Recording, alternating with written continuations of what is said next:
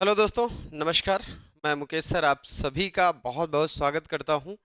तो एक बार सभी लोग आइए, फटाफट से लाइव आ जाइए और देखिए आज का जो ये स्पेशल क्लासेस है, क्योंकि इस समय हमारी क्लास होती नहीं है, लेकिन आज की स्पेशल क्लास है और ये है एमपी मध्य प्रदेश का जो सेट का एग्ज़ाम हुआ है 2024 में, उसमें पेपर फर्स्ट का पूरा एनालिसिस लेके आया हूँ। तो आप लोग जो है फटाफट से इस क्लास से जुड़िएगा और आप लोग अपनी इस छोटी सी परिवार को जितना प्यार दे रहे हैं, जितना सहयोग दे रहे हैं और जितना विश्वास बनाए रखे हैं, उसके लिए आपको बहुत बहुत धन्यवाद। और उम्मीद करता हूँ हम आपके उम्मीदों पर या विश्वासों पर खरे उतरे। और इसी की कड़ी में देखिए मैं थोड़ा सा कुछ अलग करने का प्रयास करता रहता हूँ आपके लिए, कि आपके लिए कहाँ से मदद मिल जाए। अब यहाँ पे देखना कि जो एमपी का सेट हुआ है, कोई भी जब सेट का एग्ज़ाम होता है और उसके बाद जब नेट का एग्ज़ाम होता है, खास करके यूजीसी के मैं बात कर रहा हूँ, तो उसमें जो नेट का एग्ज़ाम होता है उसमें से इससे संबंधित ये हूबहू क्वेश्चन तो नहीं बनेगा, लेकिन यहाँ से संबंधित जो करंट के क्वेश्चन होते हैं वो उठा लेता है। तो जो करंट के क्वेश्चन है या इससे रिलेटेड कुछ क्वेश्चन वो उठा लेगा। तो अभी इसके देखिएगा, आप लोग इतनी बढ़िया तैयारी कर चुके हैं और यूजीसी नेट की तैयारी कर रहे हैं भाई। और अगर नेट की तैयारी कर रहे हैं तो सेट जो है उसका छोटा भाई है, आपके लिए हलवा होना चाहिए। तो एक बार आप प्रयास करना और देखना कि इसके कितने क्वेश्चन आप सही कर पाते हैं। और जितने लोगों ने एग्जाम दिया था, एस के मोरवंशी जी ने पेपर भेजा है, तो आप अपना मिला लेना भैया मोरवंशी, और आप बताइएगा कि आपका कितना सही गया है और क्या स्थिति बन रही है आपकी। ठीक है, तो एनालिसिस करिएगा आप खुद से। मैं यहाँ पे उत्तर देने का प्रयास कर रहा हूँ। तो क्वेश्चन पूरा का पूरा इन्होंने क्वेश्चन भेजा था, तो ये सारे के सारे क्वेश्चन ऑफलाइन थे ना, पेपर ऑफलाइन था, तो सारा क्वेश्चन मिल गया मुझे, उसमें कोई दिक्कत नहीं हुई। और देखिए पहला क्वेश्चन जो है इनके सेट का वो ये था कि जब हम विशिष्ट उद्देश्यों को व्यवहारिक दृष्टि से लिखते हैं तो उन्हें क्या कहा जाता है। जब हम विशिष्ट उद्देश्यों को व्यवहारिक दृष्टि से लिखते हैं तो उन्हें क्या कहा जाता है, पहला क्वेश्चन था। ठीक है, अब देखिए, हाँ, नेट और सेट का पेपर एक ही तरीके रहता, फॉर्मेट एक ही है, 50 क्वेश्चन फर्स्ट पेपर में रहता है और उसी यूनिट से क्वेश्चन बनता है। हालांकि इसमें डीआई के क्वेश्चन कम रहते हैं, ठीक है, रहना चाहिए तो, लेकिन कभी कभी डीआई और मैथ मैथ भी रहेगा, रीजनिंग भी रहेगा, डीआई आईसीटी लॉजिकल रीजनिंग सब कुछ वही सेम। अभी आप देखिएगा कैसे रहता और क्वेश्चन पूछने का तरीका क्या रहता है, ये भी आप आज देखेंगे। तो देखिए पहला क्वेश्चन दिया कि हम विशिष्ट उद्देश्यों को व्यवहारिक दृष्टि से लिखते हैं तो उन्हें क्या कहा जाता है। अब देखिए एक तो सामान्य उद्देश्य होता है, एक तो सामान्य उद्देश्य होता है, ये सबके लिए होता है। एक विशिष्ट उद्देश्य होता है, विशिष्ट उद्देश्य मतलब ये आपके लिए स्पेशली उद्देश्य होता है और इसे प्राप्त करने के लिए आपको स्पेशल काम करना पड़ता है। ठीक है, अब ये कह रहा है हम विशिष्ट उद्देश्यों को व्यवहारिक दृष्टि से लिखते हैं। जब हम विशिष्ट या विशेष उद्देश्यों को व्यवहारिक दृष्टि से लिखते हैं तो इसी को आप कहते हैं कार्यात्मक उद्देश्य। क्या कहते हैं, कार्यात्मक उद्देश्य, यानी कि जो आपका विशेष उद्देश्य है, जब उसको कार्य करने के लिए आप लिखते हैं तो इसी को कार्यात्मक उद्देश्य कहते हैं। और ये मापन के योग्य होता है, या इसे फंक्शनल ऑब्जेक्शन कह सकते हैं, फंक्शनल ऑब्जेक्शन कह सकते हैं। ठीक है, ये तो मैंने बता रखा था आपको, लेकिन ये ऑप्शन में ही नहीं है तो आप क्या करेंगे, ऑप्शन में नहीं है, बताइएगा। थोड़ा सा आप लोग जो है उत्तर देने का प्रयास करेंगे तो और अच्छा लगेगा। जिन्होंने किया है वो भी दीजिए और जो नहीं किए हैं वो भी दीजिए, और सेशन को एक बार शेयर करके सबको बता दीजिए। इंपॉर्टेंट क्लास है, आप जुड़िए फटाफट से, सब लोग ज़्यादा से ज़्यादा संख्या में जुड़ें और लाभ उठाएं इस क्लास का। यहाँ पे आप देखिए कौन सा इसमें सही होना चाहिए, क्या निर्देशात्मक उद्देश्य होगा या व्यवहारिक उद्देश्य होगा या शैक्षिक उद्देश्य होगा या सामान्य। तो जाहिर सी बात है सामान्य उद्देश्य नहीं होगा, शैक्षिक उद्देश्य नहीं होगा। अब इसको व्यवहारिक दृष्टि से लिखा जा रहा है, इसीलिए ये क्या हो जाएगा, व्यवहारिक उद्देश्य हो जाएगा। क्वेश्चन का ऑप्शन बी वाला ही मानना चाहिए। अब देखिए बी और ए में मुझे लग रहा है बी ज्यादा बेहतर है, और उसके बाद अगर नहीं मानेगा तो ए को मानेगा। या तो बी होगा या फिर ए होगा, इसके अलावा और ये सी और डी नहीं होगा। तो मैं यहाँ पे बी बता रहा हूँ, आप लोग देख लेना एग्जाम में एग्जामिनर क्या मांगता है। ठीक है, बी अपना सही लगा लेना और इस क्वेश्चन को 100% सही वाले में मत गिनना, डाउट वाले में गिनना। ठीक है, डाउट वाले में गिनना पहला क्वेश्चन। और दूसरा देखिएगा, यह कथन किसने दिया कि शिक्षण सुदृढ़ीकरण की आकस्मिकताओं की व्यवस्था है। किसने ये कहा था कि शिक्षण जो है वो सुदृढ़ीकरण की आकस्मिकताओं की। हाँ, अब आना उत्तर उत्तर आना शुरू हो गया भाई, अब अच्छा लग रहा है। देखिए अब आप लोग जुड़ रहे हैं तो अब अच्छा लग रहा है कि हाँ उत्तर आना शुरू हुआ है।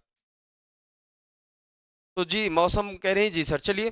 तो दूसरा वाला क्वेश्चन है कि इसमें अगर देखें तो अभी उत्तर नहीं आया आपका। बीएफ स्किनर की बात अगर किया जाए तो स्किनर महोदय का ये कथन है कि शिक्षण सुदृढ़ीकरण की आकस्मिकताओं की व्यवस्था है। ठीक है, बीएफ स्किनर ये संचालनशील अनुबंधन पर आधारित उन्होंने ये व्याख्या की थी या ये परिभाषा दी थी शिक्षण के बारे में। तो उन्होंने कहा था कि शिक्षण का मुख्य कार्य छात्र के व्यवहार को इस तरह आकार देना है कि वे सकारात्मक सुदृढ़ीकरण के माध्यम से सीख सकें। तो सकारात्मक सुदृढ़ीकरण के माध्यम से सीखने पर जोर दिया किसने? स्किनर ने। ये आपका सही है, स्किनर वाला। विकास तकनीक के रचनात्मक पहलू में निम्नलिखित में से कौन सा शामिल है? अब इस क्वेश्चन का उत्तर आप कई तरीके से दे सकते थे। एक तो यहां दिया रचनात्मक पहलू, रचनात्मक पहलू, रचनात्मक पहलू। आप अगर ब्लूम की टेक्सोनॉमी याद करेंगे तो ब्लूम ने भी 3 पहलू बताया था, एक मनोगत्यात्मक, एक भावात्मक और एक साइकोमोटर या फिर जिसे हम रचनात्मक कहते हैं। ठीक है, तो यहाँ पे आप देख लीजिएगा रचनात्मक पहलू शिक्षण के क्षेत्र में या विकास तकनीक के क्षेत्र में रचनात्मक पहलू कौन सा होगा? स्मरण और पहचान करना, धारणा करना, प्राप्त करना या उत्तेजना करना। यहाँ पे स्मरण और पहचान करना, धारणा करना और ये दोनों आपके ज्ञानात्मक पक्ष से संबंधित है, ज्ञानात्मक पक्ष से संबंधित है। प्राप्त करना या रिसीव करना ये भावात्मक शब्द से संबंधित है, भावात्मक मूल्यों को आप क्या करते हैं? रिसीव करते हैं। उत्तेजना, ठीक है, स्टिमुलेशन, ये किससे है? तो ये रचनात्मक पहलू से संबंधित है। ब्लूम्स की टैक्सोनॉमी अगर आप याद करेंगे तो ये क्वेश्चन आपका कंप्लीट हो जाएगा, आसान था। ठीक है ना, लेकिन जो नहीं जोड़ पाए वहां फिर गड़बड़ हो जाएगा। देखिए अगला है कि शिक्षण के चिंतनशील अभ्यास चक्र के लिए कौन सा विकल्प सही नहीं है? तो चिंतनशील अभ्यास चक्र की अगर बात करें तो उसमें कौन कौन सा विकल्प होता है? तो ये तो कई बार आप लोगों ने पढ़ भी रखा है, चिंतनशील अभ्यास चक्र के लिए। ठीक है, इसका उत्तर दीजिए जरा 3 नंबर का। अगर चिंतनशील अभ्यास चक्र की मैं बात करूं तो सबसे पहले होता प्लानिंग। क्या होगा? प्लानिंग होगा। उस प्लानिंग के बाद उस पर एक्शन होगा। ठीक है, एक्शन या उसे अप्लाई करना, आप जो भी कह सकते हैं, तो एक्शन होगा या क्रिया करना। एक्शन करने के बाद फिर इस पे क्या करते हैं? इसका ऑब्जर्वेशन करते हैं। इस पर क्या होगा? ऑब्जर्वेशन होगा, ये मैंने बताया है आपको। उसके बाद ऑब्जर्वेशन जब कर लेते हैं तो लास्ट में आपका आ जाएगा रिफ्लेक्टिव, यानी कि चिंतन करना। तो चिंतन हो गया या रिफ्लेक्शन हो गया, तो चिंतन, ये एक चक्र है। अब इसमें आप बताइए कौन सा है, कौन सा विकल्प जो है इसमें नहीं शामिल होता? तो आप मतलब ये बताया था, इसमें थोड़ा सा घुमा के पूछा है। उपदेश देना हो गया, प्लानिंग करना हो गया, ट्रांजेक्टिंग हो गया और एसेंसिंग हो गया। तो लेन देन करना बिल्कुल कौन सा शामिल नहीं होगा? ए वाला। उपदेश देना नहीं शामिल है, बिल्कुल सही बात है। लेन देन करना जहां है उसको आप चिंतन या चर्चा में रख सकते हैं, है ना, तो वो हो जाएगा। लेकिन यहाँ पहला वाला उपदेश देना, बिल्कुल ये वाला ऑप्शन सही है कि जो नहीं है वही पूछा है, तो ये सही नहीं है। आगे देखें, निम्नलिखित में से कौन सा विकल्प बुलेटिन बोर्ड में शामिल नहीं है? बुलेटिन बोर्ड एक्चुअली होता क्या है? तो जिसे आप सामान्यतः नोटिस बोर्ड कहते हैं। सामान्यतः आप जानते हैं नोटिस बोर्ड, इसी को आप बुलेटिन बोर्ड के नाम से जानते हैं। बुलेटिन बोर्ड का मतलब एक ऐसा बोर्ड जहां पे कोई चीजें लिखी जाए।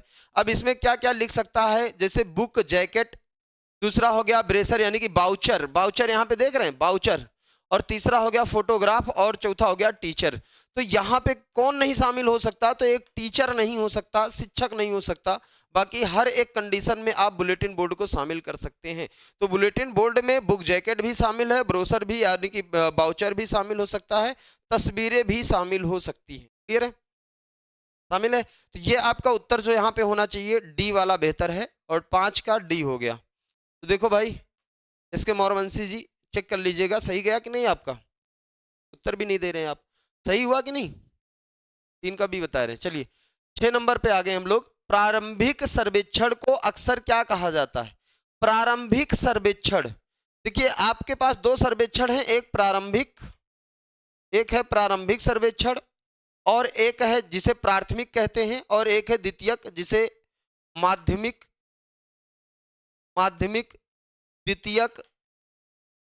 द्वितीयक या मुख्य सर्वेक्षण के नाम से जाना जाता है। ठीक है, इसे प्राथमिक कहते हैं या प्रथम संप्रेषण। ठीक है, तो देखिएगा, सॉरी संप्रेषण कह रहा हूं, सर्वेक्षण। तो यहां कह रहा है को अक्सर क्या कहा जाता है? मुख्य सर्वेक्षण, पायलट सर्वेक्षण, द्वितीयक सर्वेक्षण या अन्वेषणात्मक सर्वेक्षण। तो जो मुख्य सर्वेक्षण होता है वही द्वितीयक भी होता है। है ना, मैंने यहाँ लिख दिया आपको, माध्यमिक, मुख्य, द्वितीयक, ये तीनों सब एक जाएगा। और जो अन्वेषणात्मक सर्वेक्षण होता है, अन्वेषणात्मक सर्वेक्षण ये खोज करने के लिए होता है, खोज करने के लिए होता है अन्वेषणात्मक सर्वेक्षण। कुछ सर्वेक्षण और मैं आपको बताऊं, जैसे प्राथमिक सर्वेक्षण जहां आपने देखा कि 5 का डी, 6 का बताइए ना, 6 का डी आ रहा, मौसम पटेल डी दे रही हैं, और भी ठीक है। चलिए यहां पे मैं आपको बताऊं, जैसे एक होता आपने देखा होगा फील्ड, फील्ड सर्वेक्षण, फील्ड सर्वे हो गया, प्राथमिक डाटा सर्वे हो गया, प्राथमिक डाटा सर्वे हो गया, फील्ड सर्वे हो गया, या फिर पायलट सर्वे हो गया, पायलट सर्वे। ये जो होता है ये कैसे होता है, ये प्रारंभिक सर्वेक्षण के अंतर्गत आता है, ठीक है। तो पायलट सर्वे शोध करने के पहले ही किया जाता है, और अन्वेषणात्मक सर्वेक्षण होता है शोध शुरू करने के दौरान किया जाता है, ठीक है। तो ये आपका मुख्य से कह रहा प्रारंभिक सर्वेक्षण में, तो प्रारंभिक सर्वेक्षण में आपका यहाँ पे ऑप्शन दिया पायलट सर्वेक्षण, ये हो जाएगा बी वाला ऑप्शन सही है।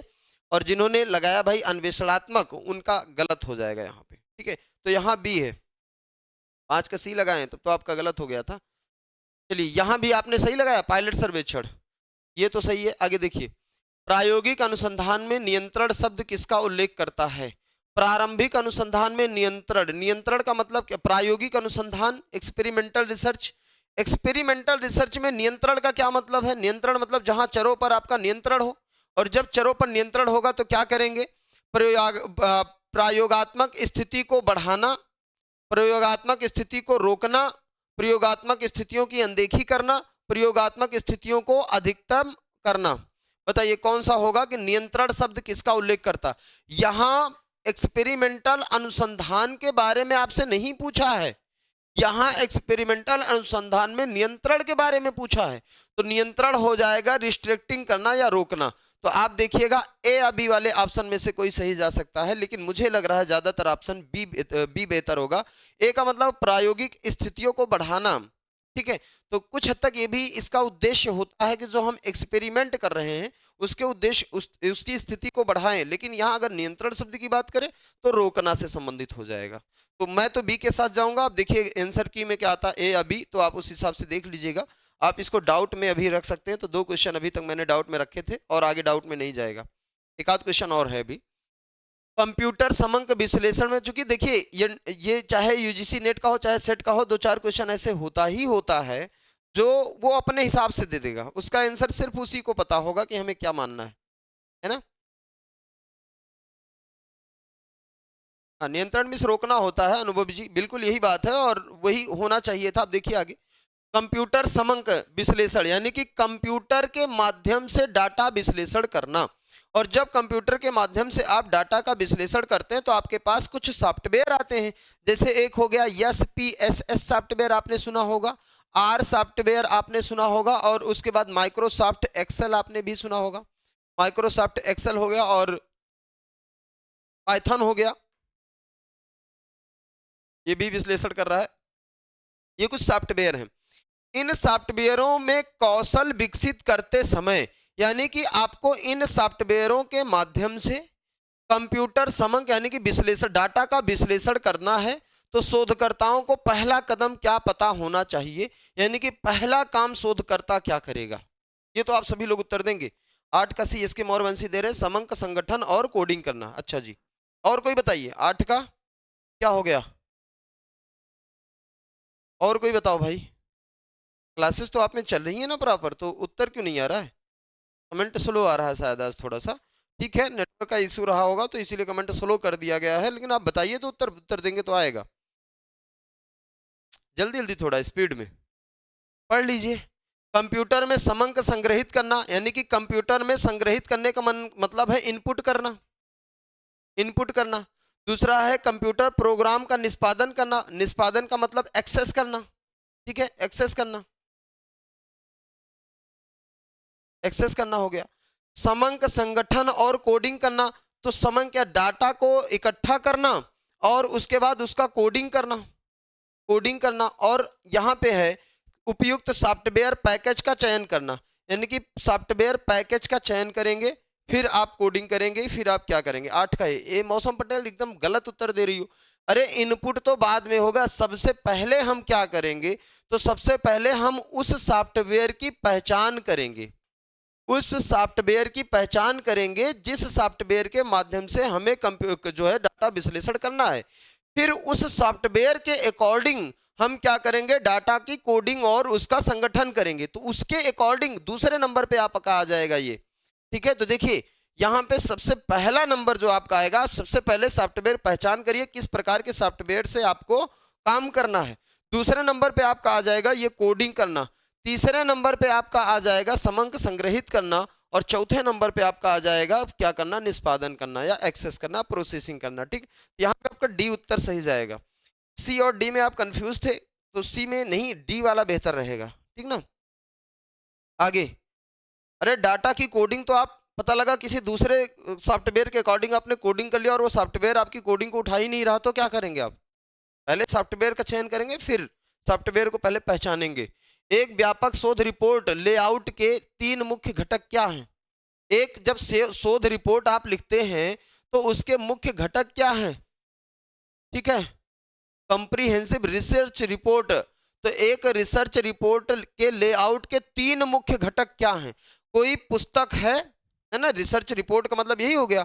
तो कोई कोई पुस्तक के 3 मुख्य घटक कौन कौन से होते हैं, जरा आप बताना। तो किसी पुस्तक के 3 मुख्य घटक कौन कौन से हो सकते हैं। ये सेट जो है ना, सेट का ये पेपर आपके एग्जाम के लिए बहुत ही महत्वपूर्ण है। आप यहाँ इसको अच्छे से पढ़ना। 9 का बी बता रहे हैं, सार साहित्य और समीक्षा निष्कर्ष। किसी पुस्तक में 3 चीजें, अच्छा कुछ लोगों का डी भी आ रहा है, 90 का डी आ रहा है। 3 मुख्य चीजें किसी पुस्तक में क्या होती हैं, तो सबसे पहले पुस्तक का इंट्रो होता है। ठीक है, इंट्रो, और इसी इंट्रो में आपका सार आ जाता है। जो सारांश या सार होता है ना, वो उसी परिचय के दौरान इसी में आ जाएगा। और दूसरी बात, मुख्य विधियां होती हैं। साहित्य समीक्षा, साहित्य समीक्षा को आप जो है थीसिस में कंपलसरी नहीं है, आप चाहे लिखे चाहे ना लिखें। कौन सी विधि आपने अपनाया, और परिणाम, परिणाम के अंतर्गत निष्कर्ष आ जाएगा, चाहे निष्कर्ष कहो चाहे परिणाम कहो एक ही बात है। और सार और परिचय, सार परिचय के अंतर्गत आ जाएगा। मेन जो होता है परिचय, विधियां और परिणाम होता है। ठीक है, परिचय आप थोड़ा सा अपने शोध के बारे में समरी बता दीजिए, उसके बाद किस विधि से आपने शोध किया है और आपका परिणाम क्या आया है, ये 3 चीज कंपलसरी है। ठीक है, बाकी जो है आप देखेंगे संदर्भ, संदर्भ आपके शोध को नैतिकता बढ़ाता है ना, कंपलसरी नहीं है, नैतिकता बढ़ाता है। और कई चीजें हैं, जैसे परिशिष्ट मतलब अतिरिक्त चीजें आप जोड़े चाहे ना जोड़े। ये प्रारंभिक पृष्ठ, मुख्य भाग और अंतमाला, इसका कोई मतलब नहीं है, ये शोध के लेखन को बांटने का एक अलग तरीका है, इसका कोई नहीं। मेन होना चाहिए आपका जो ए वाले में दिया है, परिचय, विधियां और परिणाम, ये मेन है। सही और गलत आचरण के सिद्धांत को क्या कहा जाता है। सही और गलत के आचरण को सिद्धांत को कहा जाता है क्या, तो इसको कहा जाता है इथिक्स। क्या कहा जाएगा, तो इसको इथिक्स कहा जाता है। और इथिक्स को ही आप कभी कभी कहते हैं नैतिकता, इथिक्स को ही आप नैतिकता कहते हैं। और जहां पे इसका अध्ययन किया जाता है उसे क्या कहते हैं, तो उसे नीति शास्त्र कहते हैं। ठीक है, तो अब देखिए यहाँ पे नैतिक, नीति शास्त्र और नैतिकता दोनों दिया, तो हम इंग्लिश की मदद ले लें अगर, तो इंग्लिश की मदद जब लेते हैं तो हमें पता चल जाता है, 2 बी वाला नैतिकता दिया है और बी में यहाँ पे मोरल है, बी में मोरल है। नैतिकता का इंग्लिश मोरल लिखा गया है और नीति शास्त्र का इंग्लिश इथिक्स लिखा गया, तो आपका उत्तर इथिक्स सही हो जाएगा। ठीक ना, इथिक्स हो जाएगा, तब ए वाला सही हो गया। आगे बढ़े। अब देखिए पैराग्राफ को भी आप थोड़ा सा मिला लीजिए कि हाँ क्या सही होगा क्या नहीं होगा। एक बार ध्यान से पढ़ लीजिए कि 19वीं सदी के मध्य में अपने जन्म के साथ ही महिला अधिकार आंदोलनों ने अपनी जड़ें जमा ली और दुनिया भर में फैल गए। महिला अधिकार आंदोलन की बात कर रहा है, दुनिया भर में फैल गए। कई देशों में महिलाओं ने मताधिकार, कई देशों में महिलाओं ने मताधिकार, काम के अधिकार, अपनी क्षमता के अनुसार शिक्षा प्राप्त करने का अधिकार, संपत्ति के स्वामित्व एवं उसके निपटान के अधिकार और वैवाहिक संबंधों में समानता के अधिकार के लिए संघर्ष किए। यह मुद्दा संयुक्त राष्ट्र संघ के, कहां, तो यह मुद्दा जो है वो संयुक्त राष्ट्र संघ के माध्यम से वैश्विक सरकारों तक पहुंचा।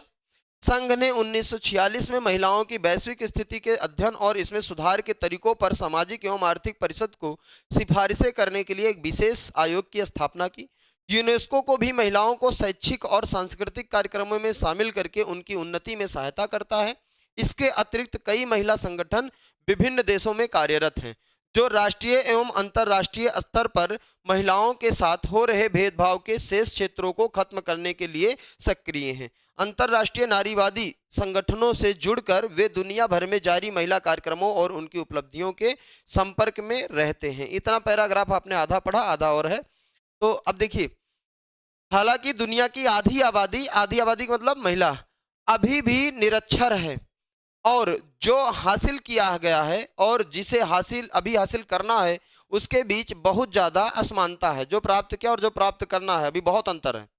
एक तरफ महिला अधिकार कार्यकर्ता बुनियादी शिक्षा के लिए लड़ाई लड़ रही है, दूसरी तरफ वे उन आरंभिक सुरक्षात्मक कानूनों को हटाने के खिलाफ भी संघर्ष कर रही हैं, जिन्हें महिलाओं को कुछ निश्चित आज़ादी नहीं देने के कारण भेदभावपूर्ण माना जाता है। यानी कि कुछ ऐसे कानून जो भेदभाव को बढ़ावा देता, उनको हटाने की मांग कर रहे हैं, संघर्ष कर रहे हैं। उदाहरण के लिए, महिलाओं की इच्छा के अनुसार उन्हें रात में बाहर रहकर काम करने का अधिकार। फिर भी इस तथ्य के बावजूद कि महिला आंदोलन असमान रूप से आगे बढ़ा है और इसमें अलग अलग अनुपात में सफलता हासिल की है, कुल मिलाकर महिलाएं अपने बाड़े से बाहर निकल रही हैं और स्वतंत्र तथा समान नागरिक के रूप में पुरुषों संसार में अपने लिए जगह बना रही हैं। ठीक है, तो इसमें भाई मौर्यवंशी जी, आपका एक भी क्वेश्चन इसमें गलत नहीं था। आपने जितने क्वेश्चन किया था ना, ये सारे के सारे आपने सही किया था इसमें।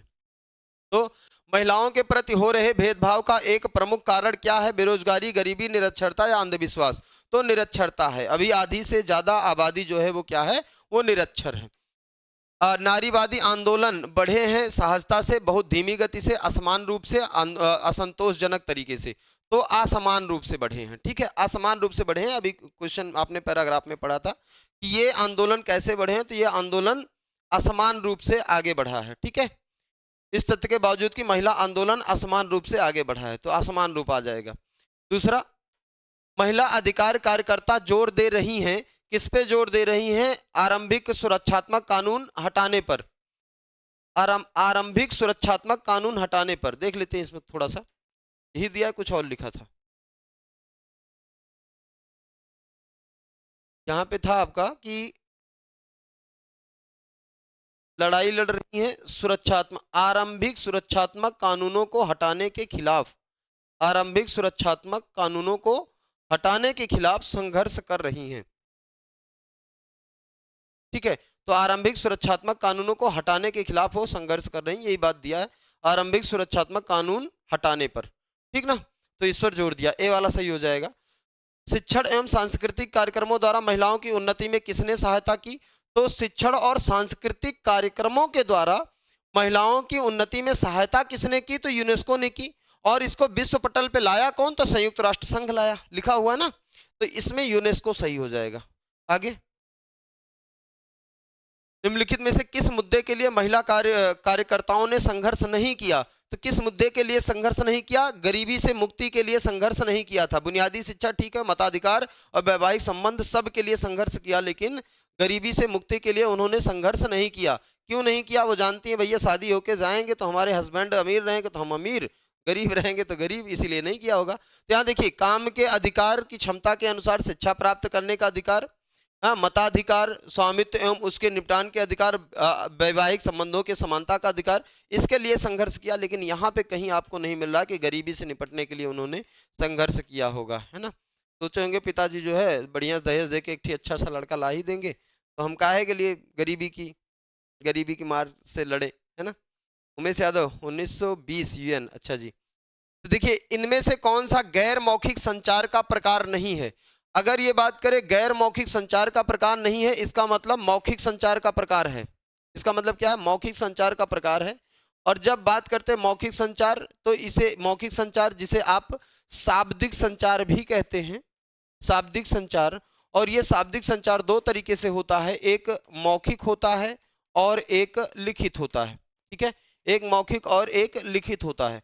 तो आप देखिए इसमें कौन सा ऐसा संचार है जिसको हम मौखिक या लिखित रूप में, मोरल या फिर राइटिंग रूप में हम कर सकते हैं। चेहरे का हाव भाव, ये तो मौखिक संचार नहीं, गैर मौखिक है, और जो नहीं है वही पूछा है। ठीक है, हाव भाव और मुद्राएं, तो हार भाव और मुद्राएं, प्रतीकात्मक भाषा, उपर्युक्त में से कोई नहीं। यहाँ पे आपका उत्तर प्रतीकात्मक भाषा हो जाएगा। प्रतीकात्मक भाषा यहाँ पे सही रहेगा, 16 का सी। ठीक है, 16 का सी बिल्कुल प्रतीकात्मक भाषा जो है वो आपका मौखिक संचार के अंतर्गत आ जाएगा, जिसको हम प्रतीकों के रूप में लिखने का काम करते हैं। ये क्वेश्चन देखिएगा, ये तो आपने कई बार पढ़ा है। संचार की प्रक्रिया एक गतिशील लेन देन संबंधी या दो तरफा प्रक्रिया जिसे हम 6 चरणों में विभाजित किया जा सकता। मैं आपको कई बार बताता हूँ, सेंडर होगा, सेंडर के पास मैसेज होगा, मैसेज को इनकोडिंग करेगा, इनकोडिंग करने के बाद चैनल पकड़ेगा, चैनल के बाद वो रिसीवर को देगा, रिसीवर डिकोड करेगा, डिकोड करने के बाद अर्थ समझेगा, अर्थ समझने के बाद फीडबैक देगा, है ना। कई बार मैंने आपको बताया। तो देखिए, प्रेषक के पास एक विचार होता है, बिल्कुल होता है। प्राप्तकर्ता को संदेश मिलता है, नहीं, प्राप्तकर्ता को संदेश बाद में मिलेगा। प्रेषक संदेश प्रेषित करता है, ठीक है, आपका प्रेषक संदेश प्रेषित करता है, चलिए 2 नंबर पे रख सकते हैं। प्राप्तकर्ता डिकोडिंग करेगा या प्रेषक इनकोडिंग करेगा, तो यहाँ पे आप पहले करेगा इनकोडिंग, 2 नंबर पे इसको रखिएगा, फिर उसके बाद संदेश को प्रेषित करेगा, 3 नंबर पे ये हो जाएगा, ठीक है। अब प्राप्तकर्ता, रिसीवर, फीडबैक और ये डिकोडिंग, तो ये कह रहा प्राप्तकर्ता को संदेश मिलता है, तो 3 हो गया, ये 4 नंबर पे होगा, 4 नंबर के बाद वो डिकोडिंग करेगा 5, और 6ठे नंबर पे हो जाएगा आपका फीडबैक। तो कहीं है ये, अगर ये है मैच तो कर जाएगा आपका 1 नंबर पहले, फिर उसके बाद 5 नंबर दूसरे स्थान पर, 1 और 5, 1 और 5, फिर क्या तीसरे स्थान पे 3 नंबर है, देखते हैं। तीसरे स्थान पे 3 और चौथे पे 2, चौथे पे 2, पांचवे पे कौन है भाई, पांचवे पे ये है 4, है ना, 6ठे पे, हाँ ठीक है। तो आपका बी वाला ऑप्शन सही था, यहाँ बी वाला चुन लीजिए, बी वाला सही है, ठीक है। इस तरीके क्वेश्चन आपके नेट में भी बनेगा, आप देखिएगा। अच्छा, डी एक इधर आ गया, तो इधर करा होगा, कोई बात नहीं। व्यवसायिक सेटिंग या परिस्थिति में यहाँ 2 चीज ध्यान देना, एक तो कम्युनिकेशन का है, दूसरा व्यवसायिक कम्युनिकेशन की बात कर रहा है। देखिए, प्रोफेशनल सेटिंग की बात कर रहा है, और दूसरी कह रहा है कि निम्नलिखित में से किस संचार बाधा के गलतफहमी पैदा करने की सबसे अधिक संभावना होती है। सबका उत्तर चाहूंगा, देखता हूं कितने लोग बढ़िया उत्तर देते। कंचन कुमारी, अनुभव, हाँ, देखते कितने लोग इसका उत्तर बढ़िया दे सकते विधिवत तरीके से भाई।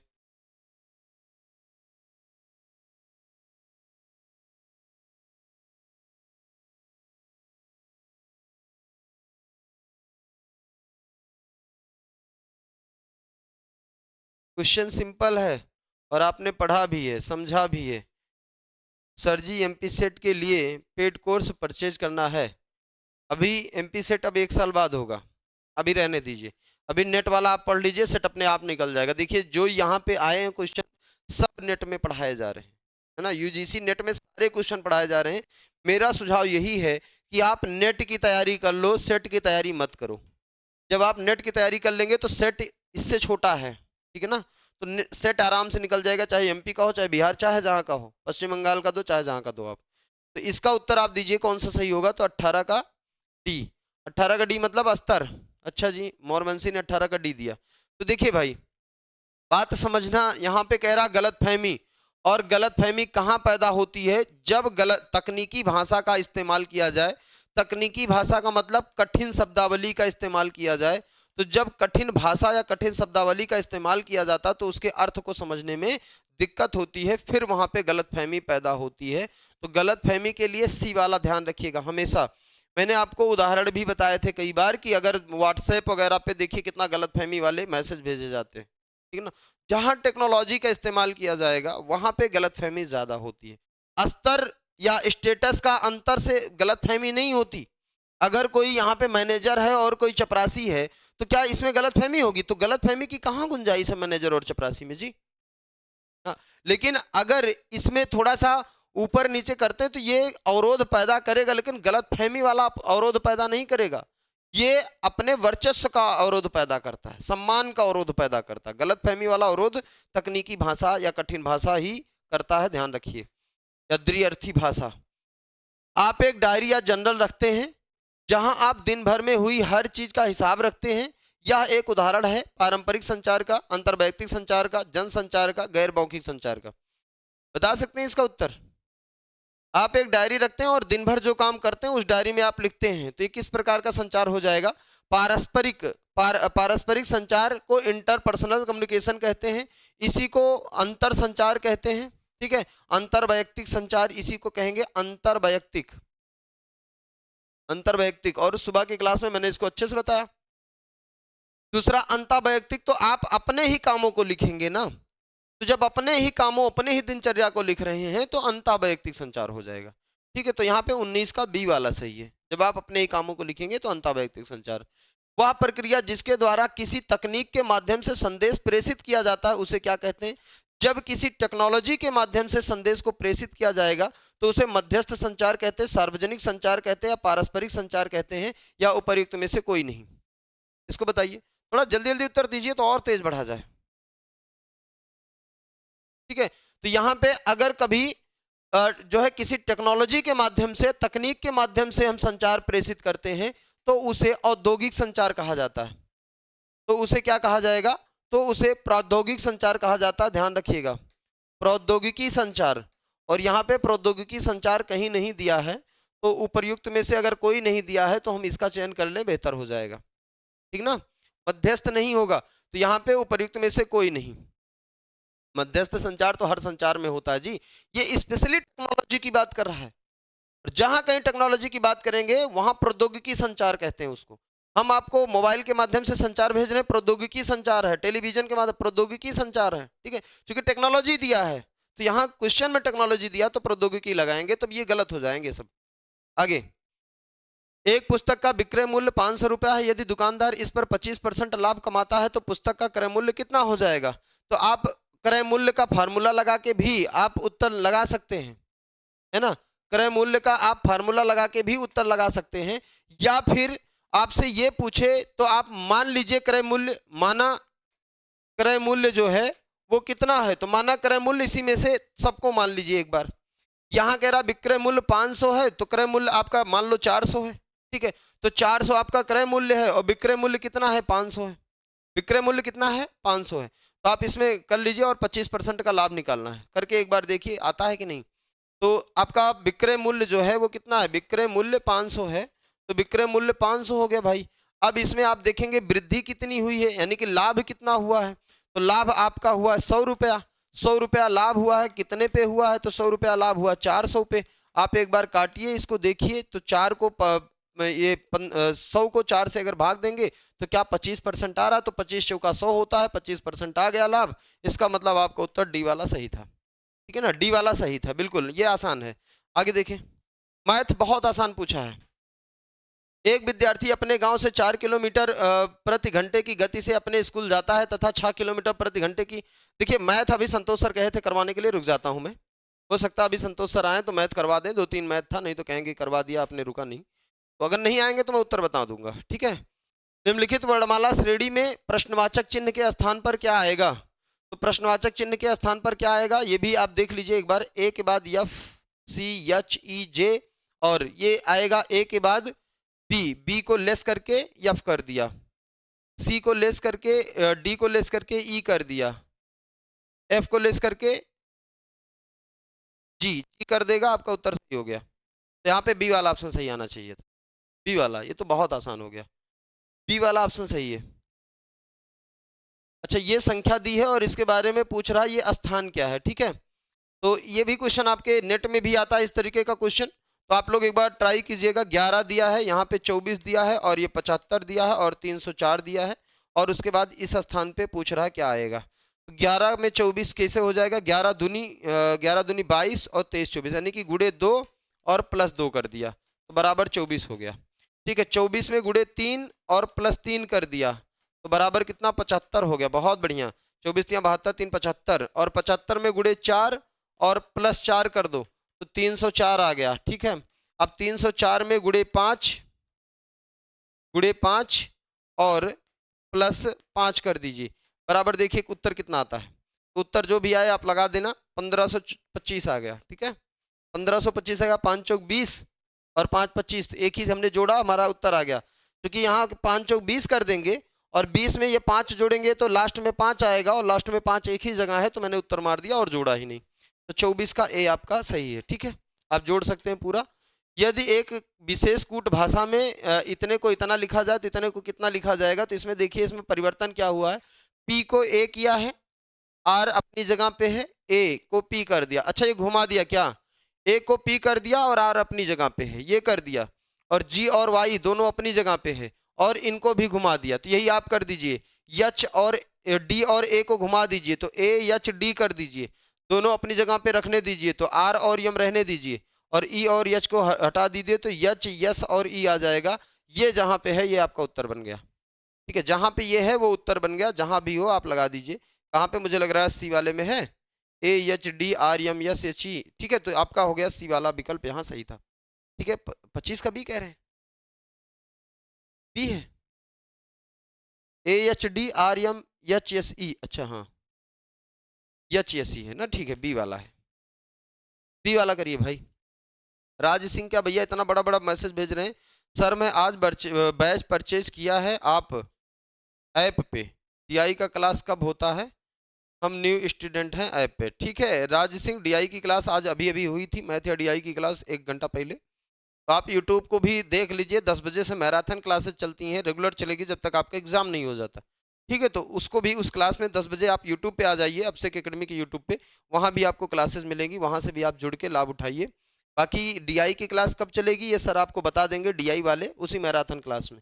ठीक है, संतोष सर पढ़ाते हैं, आप उनसे एक बार पूछिएगा कब वो पढ़ाएंगे तो बता देंगे। सभी यूनानी मनुष्य हैं और सभी एथेंस वासी यूनानी हैं, सभी एथेंस वासी मनुष्य हैं। उपर्युक्त तर्कवाक्य की आकृति क्या है, आकृति कितने लोगों ने पढ़ा है मुझसे, आकृति कितने लोगों ने पढ़ा बताइए, पढ़ा आकृति? मैंने आपको आकृति के बारे में बताया था, 4 आकृति पढ़ लीजिएगा। कौन सी, एक तो मैंने कहा था यम पी पीएम और यम पी पीएम, याद कर लेना, M P PM M P PM याद करवाया था। उसके बाद फिर दूसरे में क्या कहा था, M P PM M P PM. उसके बाद सम सम मस मस, है ना, याद होगा आप लोगों को ट्रिक, सम सम मस मस मस मस। ठीक है, ये आपको मैंने याद करवाया है। ये प्रथम आकृति, द्वितीय आकृति, तृतीय आकृति और ये चतुर्थ आकृति। अब इसमें देखिए क्या बना है, तो इसमें आपका मध्यम पद कहाँ है, आपको ये चुनना है। तो एथेंस, एथेंस ये हो गया आपका मध्यम पद, सॉरी मध्यम पद कहाँ है, तो आपका यहाँ पे देखें यूनानी और यूनानी, तो ये मध्यम पद हो गया। मध्यम पद कैसा है, ऐसा है, मध्यम पद ऐसा है। ठीक है, अब यहाँ पे आप ऐसे करके रख दीजिए और ऐसे करके रख दीजिए, एक मध्यम पद यहाँ और एक मध्यम पद यहाँ। कहाँ बन रहा है देखिए, इसमें मध्यम पद यहाँ और यहाँ कहाँ बन रहा है, तो यह पहले वाली आकृति में मध्यम पद यहाँ और यहाँ इसमें बन रहा है। ठीक है, तो ये आपकी पहली आकृति हो जाएगी, तो ये प्रथम आकृति है। क्लियर है, प्रथम आकृति है, ए हो गया। दूसरा क्वेश्चन, ये तो ऐसा क्वेश्चन था तो मुझे लग रहा है 90% बच्चों का माथा टनक गया होगा, है ना, घुमा दिया क्वेश्चन को। यहाँ पे आपको 2 चीजें, एक तो अवस्था भी याद रखनी है दिमाग में, और दूसरे जो मैंने नियम बताए थे रूल, उन रूलों को भी याद रखना है। रूल आपका ये कहता है, देखिए यहाँ पे आप देखना, इससे कोई बहुत ज्यादा मतलब नहीं, आप यहाँ से भी अपना अनुमान लगा सकते हैं। जैसे एक आधार वाक्य आप बनाइए, एक ए वाला, यानी कि आपने कहा सभी आम पीले हैं, मान लीजिए कोई ऐसे बनाया कि सभी आम पीले हैं, एक आधार वाक्य ए बना दिया। दूसरा आधार वाक्य आई बनाइए, है ना, दूसरा आधार वाक्य आई बनाइए दूसरा आधार वाक्य आई बनाइए, तो आई ऐसे बनेगा, कुछ पीले हाथ हैं, है ना, कुछ पीले हाथ हैं। अब इससे निष्कर्ष जो निकलेगा वो पीला पीला कट जाएगा, आपका निष्कर्ष निकलेगा कुछ हाथ पीले हैं। ठीक है, कुछ हाथ पीले हैं। ये कैसी, ये किस प्रकार की अवस्था या आकृति में आएगा, तो आप देखेंगे यहाँ मध्यम पद हो गया और यहाँ मध्यम पद हो गया, तो मध्यम पद यहाँ और यहाँ हो गया मध्यम पद। अब ये किस अवस्था या किस आकृति में आएगा, तो ये ऐसे करके बन जाएगा आपका। ठीक है, ये ऐसे करके बन गया। यहाँ सब्जेक्ट प्रेडिकेट रखेंगे, मध्यम पद से आप अवस्था आकृति निकालते हैं। अब देखिए यहाँ पे पहले वाला, क्या ये 4 वाले अवस्था में आ रहा है, क्या ये 4 वाले अवस्था में, देखिए अगर कोई भी एक तर्कवाक्य विशेष हो तो निष्कर्ष कभी भी सामान्य नहीं निकल सकता, इसीलिए हमें विशेष ही निष्कर्ष निकालना। ये सही है, सटीक है, सटीक है, निकला सही है। अब इसको हम अवस्था आकृति में देखें तो हमें याद है यमपी, हाँ यमपी पीएम और समसम मसमस, यमपी पीएम समसम मसमस। ठीक है, याद है ना, यम क्या है, यमपी पीएम, यमपी, पीएम, समसम, समसम, मसमस। बस याद हो गया। देखो अब यहाँ पे क्या दिया है, यहाँ पे यम यम इस तरीके होना चाहिए, तो यम यम इस तरीके है और ये आपका प्रेडिकेट और सब्जेक्ट यहाँ पड़ जाएगा। तो यम यम आपका इस तरीके है, तो देखिए क्या यहाँ पे चौथी आकृति दिया है उसके आगे, तो ये बिल्कुल आपकी चौथी आकृति दिया है, तो आपका ये सही हो जाना चाहिए। ठीक है, आपका पहला सही हो जाना चाहिए बस, और किसी पे विचार ही अब नहीं करना। और अगर किसी पे विचार करेंगे तो आप देखिए दोनों तर्क वाक्य विशेष हैं, निष्कर्ष सामान्य निकाल दिया, नहीं निकलेगा। दोनों तर्क वाक्यों में ये तो निकल जाएगा, ये आपका निकल जाएगा, आप इसमें चेक कर सकते हैं। और ये दोनों बिल्कुल सामान्य निष्कर्ष, ये भी नहीं निकलेगा, तो आपका ए और सी में चेक कर सकते हैं, बी और डी कभी होगा ही नहीं। ठीक है ना, तो ए और सी में चेक कर सकते हैं, ए में निकल गया, जाने दो, अब बहुत ज्यादा चेक मत कीजिए। ए या सी में से कोई एक को मानेगा, सी को भी, सी का कोई मतलब है नहीं। ठीक, आगे देखिए, परंपरागत विरोध वर्ग के अनुसार निम्नलिखित में से कौन सा अनुविपरीत संबंध का उदाहरण है।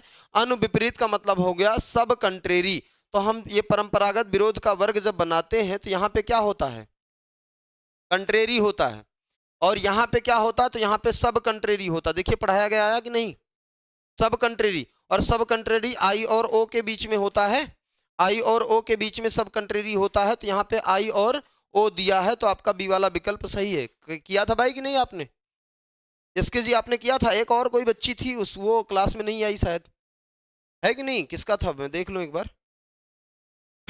उसने भी मुझे वो भेजा था कि सर ये पेपर है, सॉल्व करवा दीजिए, देखता हूँ क्लास में है कि नहीं है। उर्मी, क्लास में हो बेटा, अगर क्लास में हो तो आप बताना। आप क्लास में है कि नहीं इस समय, उर्मी जी आपको होना चाहिए था, मैंने बताया था 4 बजे क्लास चलेगी। तो देखिए बौद्ध दर्शन के अनुसार सामान्य लक्षण का ज्ञान होता है, तो आपको मैंने यहां भी ट्रिक बताया था। ठीक है, यानी कि सामान्य लक्षण का ज्ञान प्रत्यक्ष द्वारा, अनुमान द्वारा, शब्द द्वारा, प्रत्यक्ष और अनुमान द्वारा। यानी कि ये पूछ रहा है कि बौद्ध दर्शन में कितने प्रमाण को मान्यता मिली है, कितने प्रमाण को बौद्ध दर्शन में मान्यता मिली है। ठीक है, वो क्लास में कि नहीं आप, यस सर, अच्छा यस के मौरवंशी आप तो हैं। आप ही का है क्या वो भी,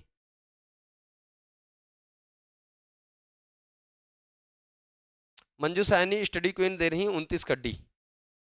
तो इसका देखिए, इसमें मैंने आपको कुछ ट्रिक वगैरह कुछ बताया क्या। ठीक है, एक ट्रिक याद रखना, मैंने आपको बताया था प्रमाण कितने होते हैं, पहले ये बताइए। तो प्रत्यक्ष, अनुमान, शब्द और उपमान, अर्थापत्ति और अनुपलब्धि, ये आपके पास 6 प्रमाण थे। कौन कौन, प्रत्यक्ष, प्रत्यक्ष प्रमाण, अनुमान प्रमाण, प्रत्यक्ष हो गया, अनुमान हो गया, प्रत्यक्ष, अनुमान, शब्द, उपमान, उपमान, अर्थापत्ति और अनुपलब्धि। ठीक है, ये आपके पास 6 प्रमाण थे। उसके बाद मैंने यहाँ पे ऐसे कुछ करके आपको ऐसे ट्रिक बनाया था, याद होगा सबको, ऐसे ऐसे करके ट्रिक बनाया था। उस ट्रिक में मैंने एक शब्द बताया था, आप याद कर लीजिएगा, चाव सजाओ न्याय पर कसम खाओ, ऐसे कुछ बताया था ना, चाव सजाओ, चाव सजाओ, सजाओ न्याय पर कसम खाओ, न्याय पर कसम खाओ, खाओ का कोई मतलब था नहीं। बाकी आप देखेंगे चाव, तो चा से क्या हो गया, चारवाक हो गया, चा से हो गया चारवाक, वा से हो गया बौद्ध और वैशेषिक, वा से हो गया बौद्ध और वैशेषिक। तो आप यहां देखिएगा, पहले वाले में आपका यहां जो था, पहले वाले में उसमें आपका चारवाक था, पहले वाले में चारवाक, तो चारवाक कितने को मानता है, केवल एक को मानता है, चारवाक केवल एक को मानता है। दूसरे में बौद्ध था और वैशेषिक था, बौद्ध और वैशेषिक, तो बौद्ध और वैशेषिक कितने को मानता था, तो बौद्ध और वैशेषिक 2 को मानता था। ठीक है, तीसरे में मैंने सजाओ बताया था, सजाओ मतलब हो गया कौन कौन सा, 29 का डी बता रहे हैं। अब देखिए आप लोगों को याद आ रहा होगा ना, इतना बढ़िया तरीके से मैंने बताया था। सजाओ में देखिए, सा से सांख्य, सा से सांख्य, जा से जैन, सा से सांख्य, जा से जैन, और यो से सजायो, सजाओ नहीं सजायो था, यो से योग, योग। तो ये जो 3 दर्शन हैं, सांख्य, जैन और योग, ये यहाँ पे आएंगे, सांख्य यानी कि सजाओ यहाँ पे आएगा। तो ये कितना मानता है? तो ये 1 2 3 मानता है। उसके बाद न्याय दर्शन है, तो न्याय दर्शन कितना मानता है? न्याय दर्शन कितना मानता है? 1 2 3 और 4 मानता है, ठीक है। उसके बाद आपका पांचवे पे आया पर, तो मैंने कहा था आप चाहे पर को याद करना और चाहे छोड़ देना, कोई दिक्कत नहीं है। प्रभाकर दर्शन है और प्रभाकर दर्शन 5 को मानता है। और उसके बाद जो है मैंने कहा था न्याय पर कसम खाओ, कसम, का से हो गया, का से कुमारिल, सा से शंकराचार्य और मां से मीमांसा। तो कुमारिल, शंकराचार्य और मीमांसा ये 6 के 6 मानते हैं, ठीक। तो यहाँ पे आपसे पूछा है कि बौद्ध दर्शन कितने को मानेगा? तो प्रत्यक्ष और अनुमान दोनों को मानेगा यहाँ पे, ठीक ना। तो आपका उत्तर डी वाला अगर आपने लगाया है तो सही है। मैंने पढ़ाया बहुत बढ़िया तरीके से, आपको याद भी करवाया, अगर आपको याद हो तो ट्रिक उरिक बना बना के, ताकि आप भूले ना। तो निम्नलिखित में से कौन सा प्रमाण प्रभाकर मीमांसा को स्वीकार नहीं है? अब बताइए, प्रभाकर मीमांसा को कौन सा प्रमाण स्वीकार नहीं है? प्रभाकर की बात किया है तो कौन सा स्वीकार नहीं है? प्रभाकर कितने को मानता है? प्रभाकर 5 को मानता है। एक ही बचा है जो नहीं स्वीकार है, कौन सा? लास्ट वाला, अनुपलब्धि। अनुपलब्धि प्रमाण प्रभाकर को स्वीकार नहीं है। और केवल अगर मीमांसा देता या ज्ञान मीमांसा देता या तत्व मीमांसा देता तो ज्ञान या तत्व मीमांसा को 6 के 6 स्वीकार है, ठीक ना। तो यहाँ पे आपका अनुपलब्धि हो जाएगा, तो ये अनुपलब्धि सही है। पायलट सर्वेक्षण क्या है? अभी अभी मैंने बताया, पायलट सर्वेक्षण शोध करने के लिए आपको सबसे पहले किया जाता है। तो सर्वेक्षण जो विमान चालक द्वारा, इसका कोई मतलब नहीं विमान चालक का, फंसाने के लिए दिया है। प्रश्नावली में सुधार करने के लिए किया गया परीक्षण। तो सबसे पहले हम प्रश्नावली ही तो तैयार करते हैं, और जब हम सबसे पहले परीक्षण करेंगे तो प्रश्नावली में सुधार करने के लिए करते हैं। आपका ठीक है, जनसंख्या को लेकर किया गया सर्वेक्षण, प्रश्नावली में सुधार वाला सही होना चाहिए, ठीक है। सबसे पहले या प्रारंभिक सर्वेक्षण है जो प्रश्नावली में सुधार के लिए किया जाता है। अनुसंधान का पहला चरण क्या है? तो अनुसंधान का पहला चरण है PhD-CAG। तो पहला चरण है समस्या। तो कहाँ है समस्या? समस्या की पहचान करना पहला चरण है। इससे आसान क्या कहीं मिलेगा आपको? ठीक है, देखिए रिसर्च जितना पढ़ाया सारे के सारे क्वेश्चन फंस रहे हैं, लॉजिक के सारे क्वेश्चन फंस रहे हैं, जितना मैंने पोर्शन जो जो जो पढ़ाया सब क्वेश्चन फंस रहे हैं, और मैंने बताया था भी फंसेगा। भाई शोध कार्य का खाका क्या कहा जाता है? तो शोध कार्य का PhD-CAG होता है। तो शोध कार्य का खाका डिजाइन किसको कहते हैं? तो डिजाइन को खाका कहते हैं, है नहीं क्या? शोध डिजाइन को शोध कार्य का खाका कहते हैं। और शोध की आत्मा किसे कहते हैं? तो शोध की आत्मा हाइपोथेसिस को कहते हैं। ये काल्पनिक या वैकल्पिक, सॉरी काल्पनिक या वैचारिक होता है ना। तो आपका खाका जो है डिजाइन हो गया, इसे अभिकल्प भी कहते हैं। क्या कहते हैं? इसे अभिकल्प भी कहते हैं हिंदी में। और दूसरा देखिए, दूसरों द्वारा एकत्रित और संकलित किए गए समंक या डाटा के स्रोत को क्या कहते हैं? ऐसा डाटा जो किसी दूसरे ने एकत्रित किया हो और आप जाके वहां से उठा लाइए, तो इसको प्राथमिक कहेंगे कि द्वितीयक कहेंगे? द्वितीयक कहेंगे। भारत सरकार जनगणना करवा ली और वहां से डाटा ले ली, और आप जब शोध कार्य कर रहे हैं तो भारत सरकार के जनगणना वाले डाटा को अगर ले लेते हैं तो जनगणना वाला डाटा द्वितीयक डाटा कहलाता है, ध्यान रखिएगा, ठीक है। ये आपका है। आगे निम्न रेखा ग्राफ में,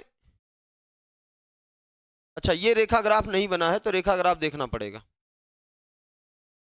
क्या था ये?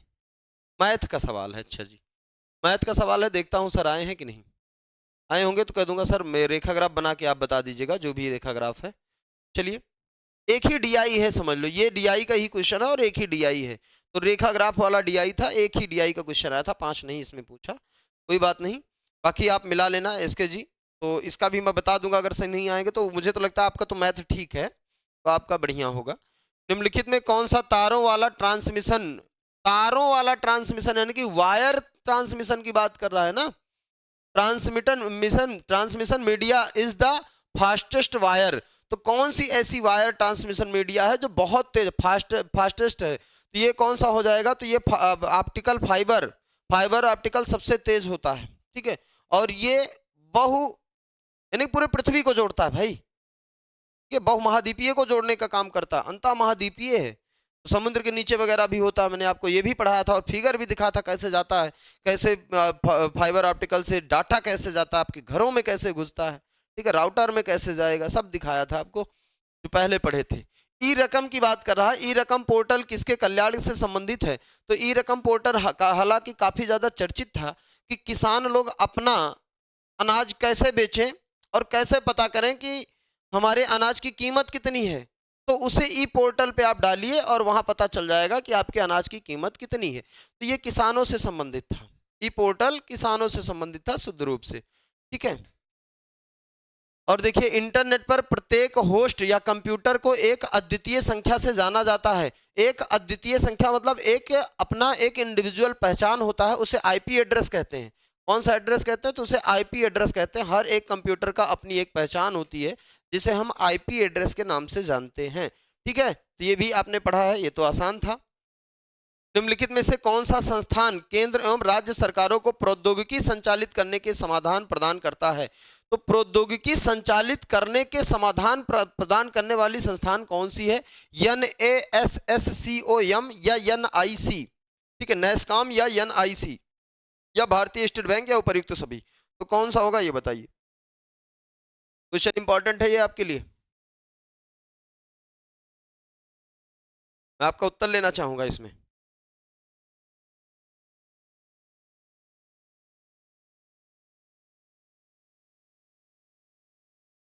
ठीक है, ये आप देखिए NASSCOM, तो national association of software and service company, ठीक है, national association software and service company.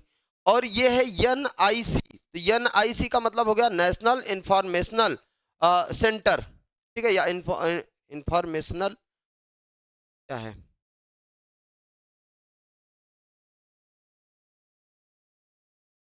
National informatics है शायद, तो नेशनल इंफॉर्मेटिक्स सर्विस, ठीक है, ये सॉरी सर्विस नहीं सेंटर, नेशनल इंफॉर्मेटिक्स सेंटर है, ये आपका हो गया। एक और इसमें काम करता है, आप लोगों ने वो भी देखा होगा, जैसे एक कंपनी है सीडैक कंपनी, आपने नाम सुना होगा सीडैक, ये है सीडैक हो गया और NIC हो गया, सीडैक हो गया और NIC हो गया। ये दोनों संस्थाएं क्या करती हैं? तो ये दोनों संस्थाएं इस मुद्दे पर काम करती हैं कि प्रौद्योगिकी संचालित करने के लिए कोई भी अगर सुविधा या समाधान देना हो या बना के कंप्यूटर देना हो, कुछ करना हो, तो इस ये दोनों कंपनियां काम कर रही हैं। तो आपका ये यहाँ पे दिया है NIC, तो ये आपका सही था, ठीक है। उपर्युक्त तो सभी नहीं सही होगा, नैसकॉम थोड़ी ना करता है।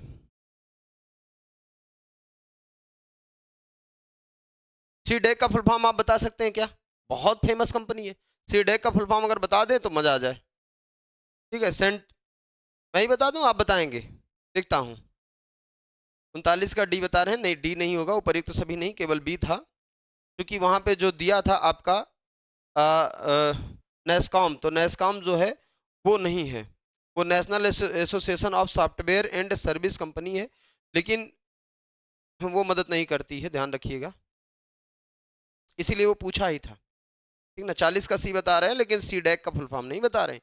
एक काम किया करिए ना भैया, अगर आपको नहीं आता तो नीचे कमेंट कर दीजिए, गुरुजी नहीं आता आप बता दीजिए, क्या पता यही क्वेश्चन एग्जाम में बन जाए। तो हाँ, हल्के में मत लिया करिए, ठीक है। सीडेक का फुल फॉर्म क्या है? तो centre for development advance computing, और बहुत ज्यादा पूछा जाने वाला क्वेश्चन है, हर एक एग्जाम में पूछेगा। तो 40 का कुछ लोगों का बी, कुछ लोगों का सी। यूआरएल का नाम क्या है? यूनिफॉर्म रिसोर्स लोकेटर, यूआरएल का नाम है यूनिफॉर्म रिसोर्स लोकेटर। सी वाला ऑप्शन सही है, बी वाले गलत है, ये तो कई बार बताया गया है। गांधी सागर जलाशय का निर्माण किस नदी पर किया गया? बेतवा, चंबल, दामोदर, महानदी। गांधी सागर जलाशय का निर्माण किस नदी पर किया गया है? तो गांधी सागर जलाशय का निर्माण जो है वो चंबल नदी पर किया गया है, चंबल नदी पर। अब आप क्या ये बताएंगे कि मुख्य रूप से किन किन राज्यों में है? गांधी सागर जलाशय मुख्य रूप से किन राज्य में है, किस राज्य में है? आप बताइए ना कमेंट करके, कुछ तो पढ़े होंगे। अगर बात करें बेतवा नदी की, तो बेतवा पे जो जलाशय है वो है राजघाट जलाशय, राजघाट जलाशय बेतवा नदी पे मिलेगा। दामोदर पे तो आप समझ ही रहे हैं, बहुत फेमस है दामोदर पर बोकारो, और बोकारो है। दामोदर कहाँ है? दामोदर कहाँ है? झारखंड, और झारखंड के धनबाद में बोकारो जलाशय है, ठीक है। और उसके बाद अगर बात किया जाए महानदी, तो महानदी उड़ीसा, और उड़ीसा में महानदी पर भारत का सबसे बड़ा बांध कौन सा है या बड़ा जलाशय अगर देखा जाए, तो आप कहेंगे हीराकुंड, हीराकुंड अच्छा गलती से भी लग गया था, ठीक है कोई बात नहीं, हीराकुंड। यहाँ आपसे जो क्वेश्चन पूछा था उसका जवाब तो आपको मिल ही गया होगा कि आपका जो है चंबल पर कौन सा है, गांधी सागर जलाशय। गांधी सागर, क्या आप बता सकते हैं किस स्टेट में है और कौन कौन सा स्टेट लाभान्वित होता है? तो चंबल नदी कहाँ कहाँ बहती है, इतना ही सोच लो भैया, आपका उत्तर मिल जाएगा। जैसे उत्तर प्रदेश में चंबल नदी आती है ना, आ ही नहीं पाती कि वो यमुना में मिल जाती है। यमुना, उत्तर प्रदेश में इसका स्थान नहीं है, यमुना में मिल जाती है। कोई भी नदी अपने अंतिम पड़ाव पर जब होती है तब वहां जलाशय नहीं बनता, पानी नहीं मिलेगा, जलाशय बना के क्या करेंगे, है ना। तो ये भी ध्यान रखना। तो यहाँ उत्तर प्रदेश में बनाना संभव नहीं है। मध्य प्रदेश से नदी निकल रही है, राजस्थान होते हुए आ रही है, तो यहाँ अगर कहीं बनेगा तो मध्य प्रदेश या राजस्थान में बनेगा, तुक्का भी मारे तो वही दोनों मारे। ठीक है, तो मान लीजिए मध्य प्रदेश में आपने बना दिया, तो राजस्थान और मध्य प्रदेश इससे लाभान्वित होगा, और कौन होगा, है ना। तो ये सब सारी चीजें थोड़ा तिकड़म लगाया कीजिए आप। अपशिष्ट पदार्थों की और चंबल की रानी किसको कहते थे? चंबल की रानी है, याद होगा आपको। चंबल के डाकू बड़े फेमस हैं। आपका कमेंट बड़ा स्लो आ रहा है आज। तो अपशिष्ट पदार्थों की डंपिंग में इस्तेमाल किया जाने वाला गाजीपुर लैंडफिल क्षेत्र किस जगह स्थित है? गाजीपुर लैंडफिल क्षेत्र किस जगह स्थित है? और ये कह रहा अपशिष्ट पदार्थों की डंपिंग के लिए अगर इस क्षेत्र में आप चले जाइए ना, मैं तो इसके बगल से गुजरा हूं, आप इसके 1 किलोमीटर से दूर से अगर गुजर जाइए तो नाक बंद करके निकलना पड़ता है। यहीं पे आप देखें 2 बड़े बड़े नाले भी हैं, बहुत खतरनाक ऐसे नाले बंद चल रहे हैं 2 ठीक। और उसी के बगल में ये लगभग मुझे लगता है कि कम से कम 10 बीघे में तो होगा ही। अब कोई घूमा तो नहीं हूं, लेकिन ऐसा देखने से प्रतीत हो रहा है कि इतना ज्यादा यहाँ अवशिष्ट पदार्थों की डंपिंग की गई, इतना बदबू करता है कि क्या बताया जाए। तो आप देखिए कहाँ पे है, तो बता सकते हैं। सॉरी सर गलती, हाँ तो ये बताइए ना। अब उत्तर प्रदेश वाले तो इसको कतई सही नहीं कर सकते, कतई नहीं सही कर पाएंगे, आप देख लीजिएगा। 42 का बी बता रहे हैं, मैंने कहा ना उत्तर प्रदेश वाले नहीं सही कर पाएंगे, उनको लगेगा कि गाजीपुर तो उत्तर प्रदेश में है, तो गाजीपुर लैंडफिल उत्तर प्रदेश लगा दो।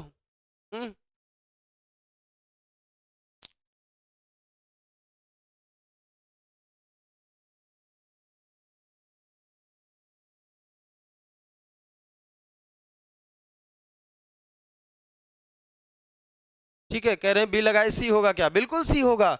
ये दिल्ली में स्थित है भाई और बहुत खतरनाक है, ये सी होगा। देखो ऐसे ही सबसे बड़े मसालों की मार्केट अगर पूछे कहाँ, केरल में नहीं है, केरल में मसाला उत्पादन भले होता है लेकिन मसाले की मार्केट दिल्ली में है। तो ये सब कुछ चीजें गड़बड़ा जाती हैं कभी कभी। ठीक है, अब उत्तर प्रदेश वाले गाजीपुर लगा के बैठ जाएंगे कि हाँ गाजीपुर में है।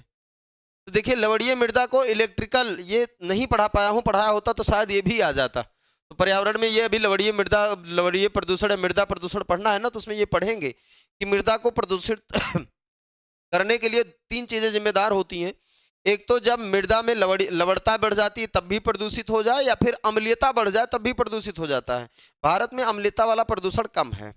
और दूसरा कह रहा अधिशोषित अनुपात, सोडियम का अधिशोषित अनुपात, यानी कि सोडियम को शोषित करने की क्षमता भी अगर बढ़ जाए तो, यानी कि ईसी भी बढ़ जाए और यस ए आर अगर दोनों ये बढ़ गया, इस दोनों का मानक क्या होता है?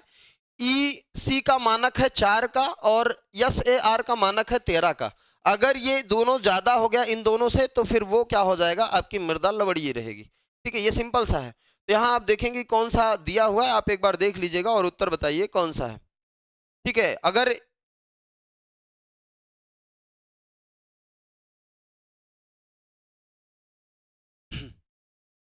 43 का बी, बी कैसे होगा मंजू जी? तो मैंने कहा दोनों अधिक हो, ये 13 से अधिक हो और ये 4 से अधिक हो, तब होगा। ठीक है, तब होगा। चलिए, यहाँ पे आपने देखा ये सारे कोई क्वेश्चन मैंने बता दिए आपको, और अब आप बताइएगा मोरवंशी जी भाई कितना सही हुआ, काउंट कर रहे हैं कि नहीं। तो 4 क्वेश्चन और है। भारत में BIOE3 नीति यानी कि जैव प्रौद्योगिकी विभाग भारत सरकार GOI द्वारा दी गई है, इसका अर्थ क्या है? गवर्नमेंट ऑफ इंडिया द्वारा दी गई है, तो इसका अर्थ क्या है? अर्थव्यवस्था, ऊर्जा, पर्यावरण के लिए बायोलॉजी, इकोलॉजी इकोसिस्टम, पर्यावरण के लिए जैव प्रौद्योगिकी, ऊर्जा, रोजगार, पर्यावरण के लिए जैव प्रौद्योगिकी, अर्थव्यवस्था, पर्यावरण, रोजगार के लिए जैव प्रौद्योगिकी। तो स्वरोजगार नहीं है, ये है अर्थव्यवस्था, अर्थव्यवस्था, पर्यावरण, रोजगार के लिए जैव प्रौद्योगिकी। आपका उत्तर जो है वो डी वाला सही था। इसमें डी वाला सही था, मौसम पटेल डी दे रही है। चलिए तो पता नहीं किसका दे रही, लेकिन दे रही है डी। अब इसमें देखते हैं नेशनल ग्रीन हाइड्रोजन मिशन के अनुसार, नेशनल ग्रीन हाइड्रोजन जो होती है वो परंपरागत होती है, गैर परंपरागत। तो गैर परंपरागत यानी कि नवीकरणीय ऊर्जा होती है, नवीकरणीय ऊर्जा है भाई ये, यानी कि अक्षय ऊर्जा के अंतर्गत आती है ग्रीन हाइड्रोजन मिशन। तो ग्रीन हाइड्रोजन मिशन के अनुसार कम से कम 5 million metric ton green hydrogen का वार्षिक उत्पादन अनुमानित है। हमारा वार्षिक उत्पादन 5 मिलियन मीट्रिक टन तक पहुंच जाएगा 45 में, 47 में, 30 में या 70 में। यह आपसे क्वेश्चन पूछा गया है और मैंने ये आपको बताया भी है। तो बताइए कौन सा होगा, कौन सा होगा?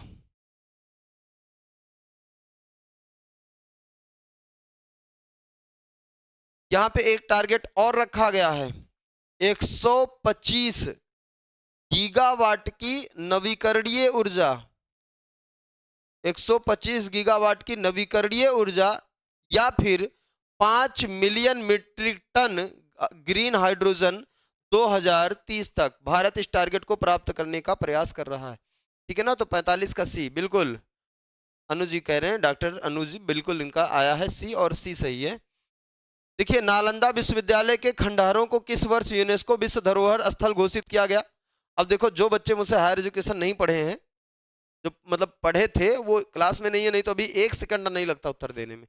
बहुत विद्वत मैंने बताया कि यूनेस्को विश्वविद्यालय, नालंदा विश्वविद्यालय जो है कब ध्वस्त हुआ, कब बना, किसने बनाया, किसने ध्वस्त किया, कब यूनेस्को में शामिल होता है, विश्व धरोहर में कब शामिल होता है, कब इसको मुक्त विश्वविद्यालय के रूप में फिर से इसका जो जीर्णोद्धार किया जाता है।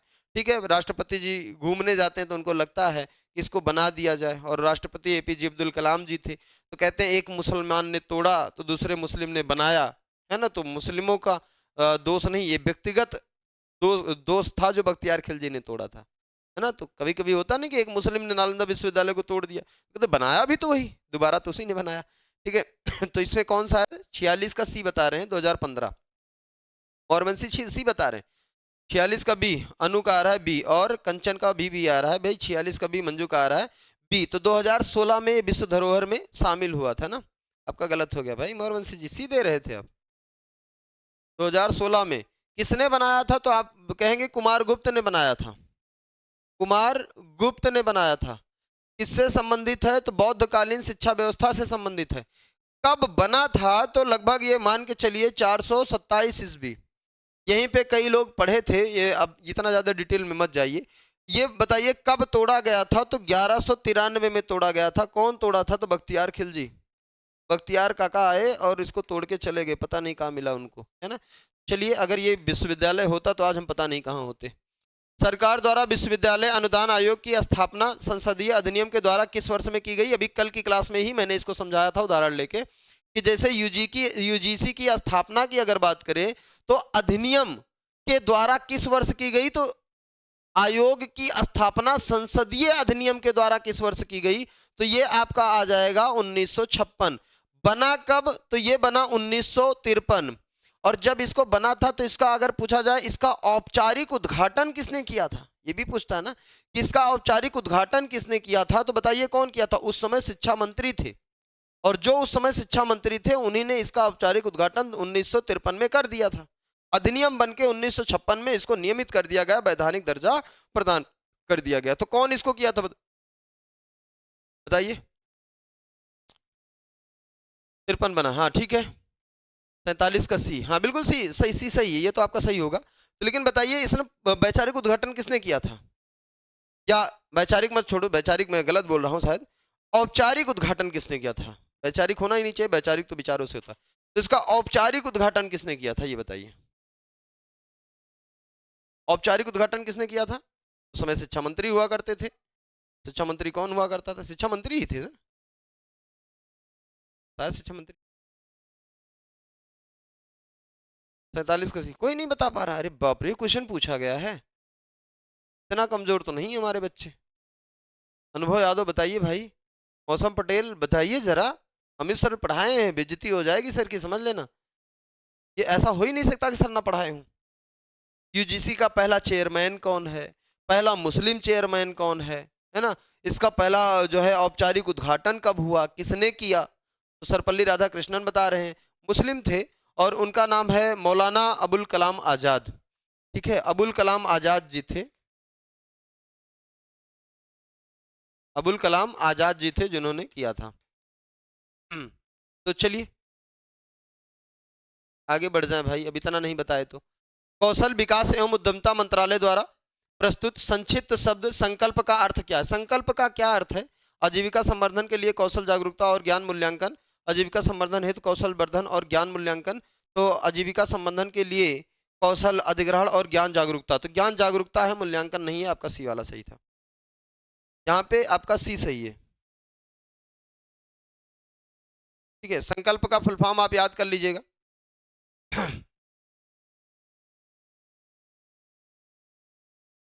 संकल्प का फुल फॉर्म आप एक बार लिख के याद कर लेना, पूछा जा सकता है फुल फॉर्म भी, और फुल फॉर्म याद रहेगा तो ये हो ही जाएगा। आजीविका संवर्धन के लिए कौशल अधिग्रहण और ज्ञान जागरूकता। यहाँ पे कौशल संवर्धन दिया है तो संवर्धन नहीं, अधिग्रहण है। यहाँ पे कौशल जागरूकता दिया है, ये भी गलत है, कौशल अधिग्रहण है। और ज्ञान जागरूकता है, ज्ञान मूल्यांकन नहीं है। ठीक है, सी वाला सही था। निम्नलिखित में से कौन पाश्चात्य शिक्षा को भारत में थोपने का विरोधी था? कौन ऐसा था जो पाश्चात्य शिक्षा को भारत में थोपने का विरोधी था? अगर कोई भारतीय नाम दिया होता तो बहुत ढेर सारा नाम आ जाता ना, रविन्द्रनाथ टैगोर हो जाते, महात्मा गांधी हो जाते, बहुत ढेर सारा नाम आ जाता। लेकिन उसमें से कोई नाम ही नहीं दिया। मैकाले तो लागू करता है, ये काहे विरोध करेगा? मैकाले तो लागू करता है, और डायर, जनरल डायर जो है ये खतरनाक जो है अंग्रेज था, तो ये दोनों कतई नहीं हो सकते, है ना। मेरा अपना सेंस बता रहा है कि ये दोनों कतई नहीं हो सकते। बाकी इन दोनों में कोई एक अगर आपने लगाया है तो कौन सा माना मुझे नहीं पता। इस हिसाब से जैसे एनी बेसेंट काफी चीजें भारतीयों के बारे में सोच रहे थे, तो उस हिसाब से लग सकता है कि एनी बेसेंट सही होंगे, है ना। अगर एनी बेसेंट आपने लगाया तो सही होने के चांसेस ज्यादा हैं। क्लियर? अगर यहाँ पे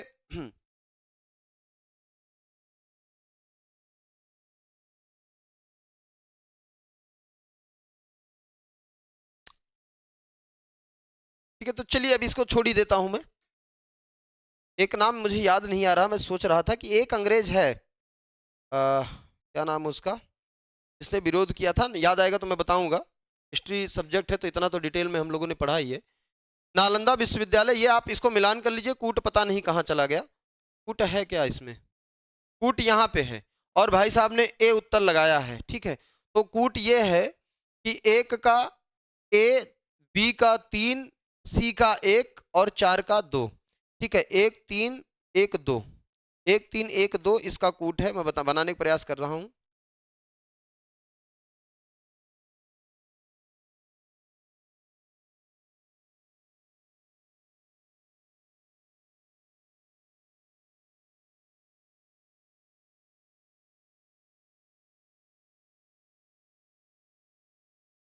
चलिए उत्तर आप बताइएगा बाकी।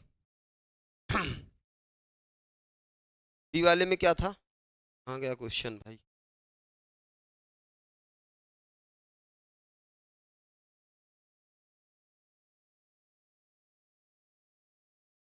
उर्मी जी आप क्लास में हैं नहीं, देखिए क्लास निकल गई होती तो आपका भी मैच हो जाता और आप बताती कितना सही है। अब जब भी क्लास देखिएगा आप मुझे जरूर बताइएगा कितना सही है, सही होने की संभावना है कि नहीं है। ये आपका नंबर कहाँ गया? शिव कुमार से लिखा है।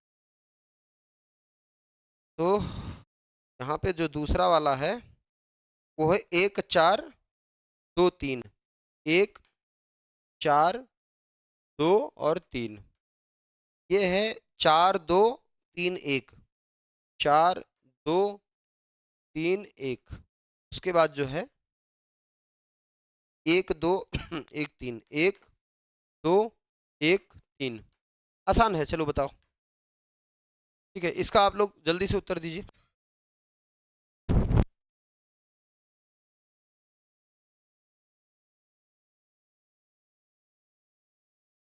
कूट गलत है? नहीं, कूट नहीं गलत है, आप थोड़ा सा विचार करिए। कूट गलत नहीं दिया है एग्जाम में। अगर मान लीजिए गलत भी है तो एग्जाम में दिया है, मैं बनाया तो हूँ नहीं, है ना। एग्जाम में दिया है तो आप गलत भी है तब भी आप बताइए कौन सा सही होगा, छोड़ना तो है नहीं। मान लीजिए कूट गलत है, मैंने मान लिया गलत है, लेकिन फिर भी सही कौन सा हो सकता है, कुछ तो होगा। ये देखो, ये हमें बताता है कि इस प्रकार के क्वेश्चन पूछने का भी तरीका बदल गया है।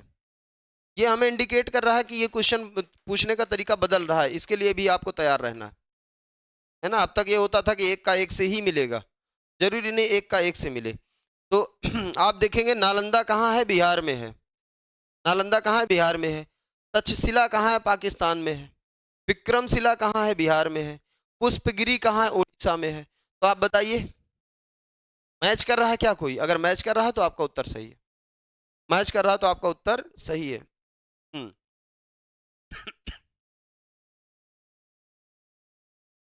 विजयश्री इतना लेट जुड़ी हो, प्रणाम कर रही हो, बताओ। चलिए, तो सर अभी नहीं आए तो मैं थोड़ा सा आपको बता दूं, दो क्वेश्चन मैंने जो छोड़ा था उसमें क्या होगा। एक क्वेश्चन छोड़ा था ना, एक क्वेश्चन में जो है मैथ वाला था, उसमें क्या होगा देख लिया जाए। ये वाला था, इसमें कोई रेखा बना के कुछ दिया था, क्वेश्चन कहाँ गया।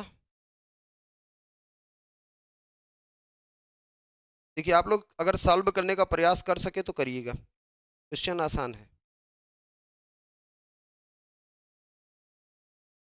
इसमें ऐसे एक ग्राफ बनाया गया, ग्राफ को बना देता हूं, आप देखिएगा।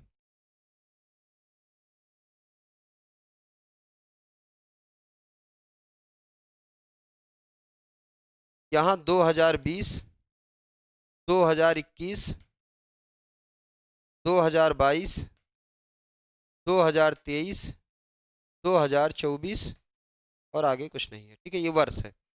और इधर इधर है 100, 200, 300। इससे हमें कोई मतलब है नहीं, क्योंकि ये ग्राफ बन गया था, ठीक है। तो आप लिख सकते हैं 400, 500, 600, 700। देखिए ग्राफ क्या बना था, यहाँ पे दिया था 300, 300 पे एक बिंदी रखेंगे। तो 2020 में 300, 2021 में 500, 2021 में 500, 2021 में 500, 2022 में 400, 2022 में 400, 2023 में 600, 2023 में 600, 2024 में 700, 2024 में 700। ये ऐसे करके कुछ बना हुआ है और आपसे पूछ रहा है जो वो उत्तर बताना, ऐसे करके, ठीक है, ऐसे करके कुछ बना है। 300 है, 500 है, 400 है, और ये 600 है, और ये भाई 700 है। आपसे पूछा है कि निम्न रेखा ग्राफ में 2020 से 2024 तक के विद्यार्थियों के नामांकन के आंकड़े दिखाए गए हैं। गणना कीजिए कि 2025 में कितने और विद्यार्थियों का नामांकन सुनिश्चित किया जाए कि 6 वर्षों का औसत नामांकन 640 हो जाए। तो औसत बराबर क्या होता है? औसत बराबर पदों का योग बटे संख्या, योग बटे संख्या।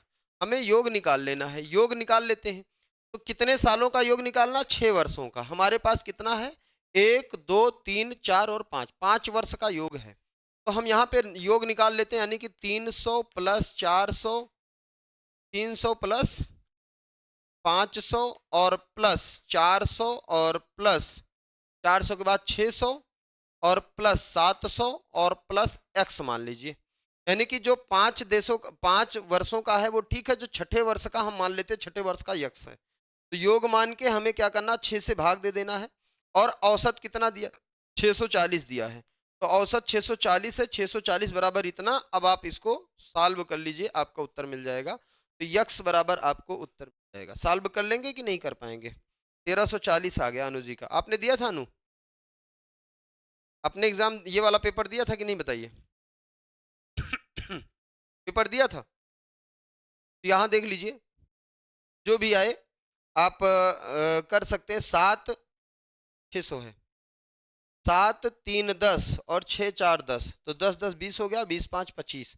ये हो जाएगा 25, 0, 0 और उसके बाद प्लस यक्स, अगर मैं गलत नहीं हूं तो। और बराबर में कितना हो जाएगा? तो 6 से गुणा करेंगे, 6 यहाँ पे कर लीजिए, 25, 0, 0 प्लस एक्स बराबर 6, 0, 6, 0, 0, 6 चौक 24 के 4, 2 बच जाएगा कैरी, और छछवक 36 2 38, 3840। यक्स बराबर 3840 माइनस 2500। ठीक है, अब आप यहाँ 4 आ जाएगा, 8 में 3 आ जाएगा, 1 आ जाएगा, 1340। 1340 कहाँ है? ए वाला। एक्स बराबर 1340, यानी कि 2025 में कितना हो जाएगा? 1340। क्लियर है? हो गया? सही आया कि नहीं बताइए? यस सर, केमिकल साइंस से। एमपी सेट दिया था आपने? तो आप भी मिला लीजिए, कितना आपका सही गया बताइए। और वंशी जी आपका कितना हुआ ये बताइए। ज्योग्राफी है सेकंड पेपर? तो पिछली बार आपने दिया था कि नहीं? ज्योग्राफी का जो पिछली बार वाला पेपर आया था वो तो माशाल्लाह था, आपने देखा होगा। गजब का पेपर बना था फर्स्ट पेपर का ज्योग्राफी का। ज्योग्राफी हो गया, सोशोलॉजी हो गया, तो गजब का पेपर बना था भाई। मतलब एकदम कुछ क्वेश्चन तो ट्रेंड से हटके ही दिया था, पल्ले ना पड़े, 5-6 क्वेश्चन ऐसे थे। दिया था, कितना सही हुआ? अन्नू बताना कितना सही हुआ आपका? दोनों लोग बताइए, तीनों लोग बताइए, चारों लोग बताइए, जितने लोग दिए थे सब लोग बताइए कितना आपका सही हुआ। 50 में से आपका कितना सही हुआ? 2 क्वेश्चन 3 क्वेश्चन जो मैंने डाउट रखा है उसको निगेटिव मान के फिर बताना कितना सही। डाउट मैंने रखा, उसके बाद बताया ना कि किसके सही होने की संभावना है, तो अगर आपने वही लगाया तो ठीक है, बताइए। 37 सही हुआ अनु का जी, बिल्कुल बहुत बढ़िया है स्कोर। अच्छा, प्राचीन गुरुकुल जी बता रहे हैं अयोध्या से। राम राम सर। भैया राम राम। अयोध्या से कहाँ से हैं आप? प्राचीन गुरुकुल जी अयोध्या में कहाँ से हैं? ठीक है, चलिए आज के लिए बस इतना ही है। आप सेशन को पसंद कर सकते हैं। यहाँ पे कुछ इंपॉर्टेंट चीजें मैंने बताई, जैसे लॉजिकल रीजनिंग का क्वेश्चन पूछने का तरीका बदला है, उसको आप पढ़िएगा, वही तरीका एनटीए भी अपनाएगा। है ना? हायर एजुकेशन बहुत आसान था, लॉजिकल रीजनिंग बहुत आसान था। मुझे तो नहीं लगता कोई टफ था। हाँ, पर्यावरण से थोड़ी करंट के मुद्दे आ गए थे 1-2 क्वेश्चन, बाकी तो टफ कुछ नहीं है, बहुत आसान था। और मौरवंशी जी, आप बता ही नहीं रहे हैं कि आपका कितना सही हुआ। चलिए आप कमेंट करके मेरे व्हाट्सएप पे ज़रूर बताना। सभी को थैंक यू सो मच, सभी को बहुत बहुत धन्यवाद। कटाव कितना जाएगा वो बताऊंगा जब आप लोग ये बताएंगे ना कि कितना कितना किसका सही हुआ, तब बताऊंगा ना कि कटाव कितना गया। ऐसे थोड़ी पता चल जाएगा, 2 लोगों में कैसे कटाव पता चले। अच्छा, अयोध्या में बाईपास से। चलिए, बूथ नंबर 4 के पास क्या? पीएस का क्लास ऐप पे होगा या वाईटी पे? राज सिंह भैया ऐप पे होगा। फर्स्ट पेपर में 33, सेकंड पेपर में 60। ठीक है, स्कोर खराब नहीं है। 93 बन रहा है ना, स्कोर बहुत बढ़िया है। 150 में 93। अरे बढ़िया, इतना आप इसमें कर दो नेट में ना, यूजीसी वाले में कर दो इतना, तब तो आप जेआरएफ के दावेदार हो जाओगे। 2 क्वेश्चन 3 और सही कर दो, बस जेआरएफ हो गया। ज्योग्राफी में बात कर रहा हूँ। 97 तक जेआरएफ हो सकता है। ठीक है ना? थैंक यू सो मच, सभी को बहुत बहुत धन्यवाद।